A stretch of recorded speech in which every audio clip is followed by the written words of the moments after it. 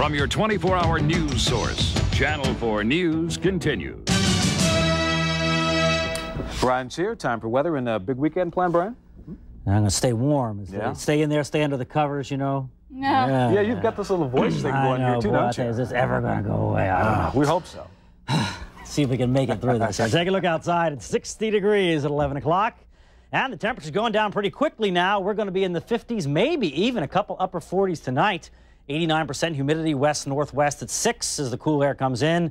And no rain here downtown. Skies are clear now, and it is going to be a mostly sunny weekend. Official temperatures 59 at the airport, 62 on the beach, and at Fort Lauderdale. Kendall is already at 56, so the further away from the water you get, the cooler it's going to be. 68 is the temperature at Key West. We hit 74 degrees today. From about the city of Miami north, it was really a pretty nice day, but clouds hung around South Dade. 86 is the record high. 86, that sounds kind of nice. 75 is what's normal. Okay, here we go now with the temperatures as they are right now. And the interesting thing here is as you go further north in the state, notice the temperatures don't drop off dramatically. We don't have a bunch of 20s and 30s up here.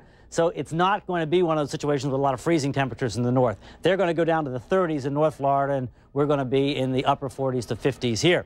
Now, on the national map, we've got a storm in the east. Hold on to that one just a second because we've got two out in the west, and this one coming into California is going to be a major storm. With them, we'll probably be hearing about mudslides and all kinds of things out there.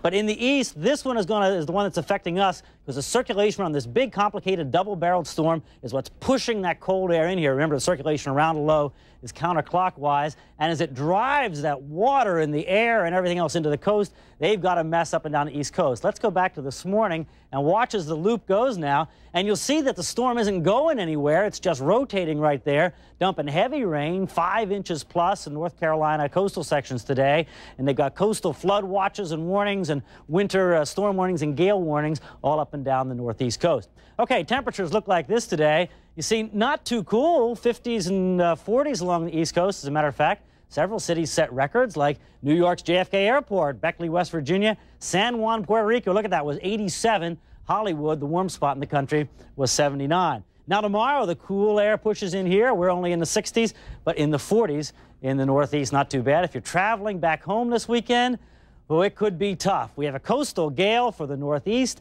ice in northern New York, snow air in North Carolina, and the west, major mountain snow out that way, and California could be getting a tremendous storm by Sunday. I'm sure you'll be hearing about that on the news.